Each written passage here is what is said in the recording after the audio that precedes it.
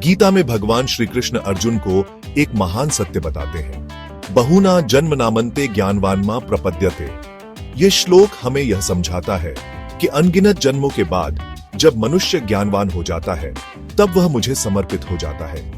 यह समर्पण केवल बाहरी नहीं बल्कि आंतरिक होता है, जो आत्मा की गहराइयों से आता है। अर्थात अनगिनत जन्मों के बाद जब मनुष्य ज्ञानवान हो जाता है तब वह मुझे समर्पित हो जाता है।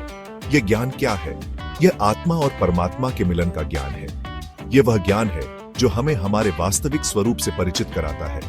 यह ज्ञान क्या है? यह आत्मा और परमात्मा के मिलन का ज्ञान है। यह वह ज्ञान है जो हमें यह समझने में मदद करता है कि हम केवल यह शरीर नहीं है बल्कि एक शाश्वत आत्मा है। यह संसार मोह माया का जाल है। यह जाल हमें भौतिक सुखों और इच्छाओं में उलझाए रखता है। हम इन भौतिक वस्तुओं के पीछे भागते रहते हैं, लेकिन यह सब अस्थायी है। हम सब इसमें फंसे हुए हैं। यह मोह माया हमें अपने वास्तविक स्वरूप से दूर कर देती है। हम अपने जीवन में संघर्ष करते रहते हैं, लेकिन सच्ची शांति नहीं मिलती। जन्म मरण के चक्र में भटकते रहते हैं। यह चक्र हमें बार बार इस संसार में लाता है और हम अपने कर्मों के अनुसार नए जन्म लेते हैं। लेकिन सच्चा ज्ञान हमें इस बंधन से मुक्त कर सकता है। यह ज्ञान हमें यह समझने में मदद करता है कि हम इस चक्र से बाहर निकल सकते हैं। जब तक हम भौतिक सुखों में खोए रहते हैं तब तक हम सत्य को नहीं जान पाते। यह भौतिक सुख हमें अस्थायी संतोष देते हैं, लेकिन सच्ची शांति नहीं। लेकिन जब हमारी आत्मा जागृत होती है तब हम परम सत्य को पहचानते हैं। यह जागृति हमें हमारे वास्तविक स्वरूप से परिचित कराती है और हमें सच्ची शांति और आनंद की ओर ले जाती है। श्री कृष्ण सिर्फ एक नाम नहीं, एक व्यक्तित्व नहीं, बल्कि एक दिव्य शक्ति है। वे अनंतता और असीमितता के प्रतीक हैं।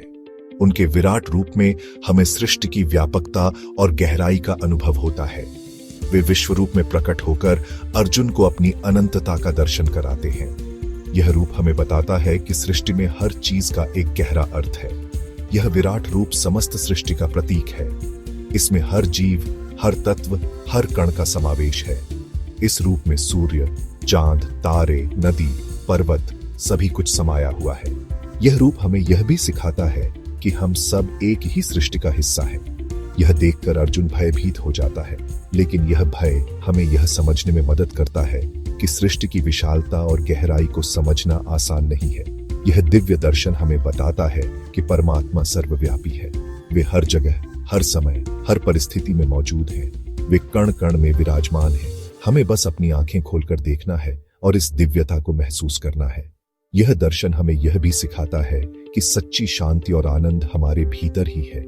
हमें बस अपनी आत्मा की गहराई में झांकना है और इस दिव्यता को पहचानना है। एक साधक की यात्रा कठिन होती है। यह यात्रा केवल बाहरी नहीं बल्कि आंतरिक भी होती है, जहां उसे अपने मन और आत्मा के गहरे कोनों में झांकना पड़ता है। वह अज्ञान के अंधकार से ज्ञान के प्रकाश की ओर बढ़ता है। यह प्रकाश उसे अपने सच्चे स्वरूप का बोध कराता है और उसे आत्मज्ञान की ओर ले जाता है।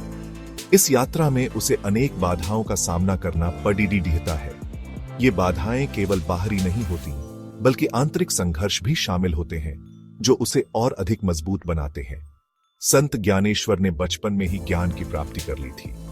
उनकी साधना और तपस्या ने उन्हें एक महान संत बना दिया, जिन्होंने अपने ज्ञान से अनगिनत लोगों को प्रेरित किया। स्वामी विवेकानंद ने रामकृष्ण परमहंस से दीक्षा लेकर आध्यात्मिक ज्ञान प्राप्त किया।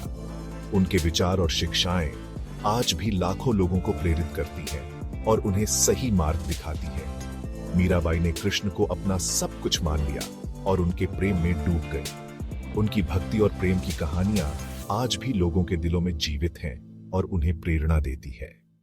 इन सभी संतों ने अपने जीवन से हमें एक ही संदेश दिया: भौतिक सुख क्षणिक है, सच्चा सुख तो परमात्मा की प्राप्ति में है। उनके जीवन और शिक्षाओं से हमें यह सीख मिलती है कि सच्चा आनंद और शांति केवल आध्यात्मिकता में ही संभव है। गीता हमें ज्ञान और भक्ति का मार्ग दिखाती है। ज्ञान से हमें सत्य का बोध होता है और भक्ति से हम परमात्मा से जुड़ते हैं। जब ज्ञान और भक्ति का संगम होता है तब हमारी आत्मा परमात्मा में विलीन हो जाती है। तब हम जन्म मरण के बंधन से मुक्त हो जाते हैं। आइए हम सभी श्री कृष्ण की शरण में जाएं और उनके बताए मार्ग पर चलकर जीवन को सफल बनाएं।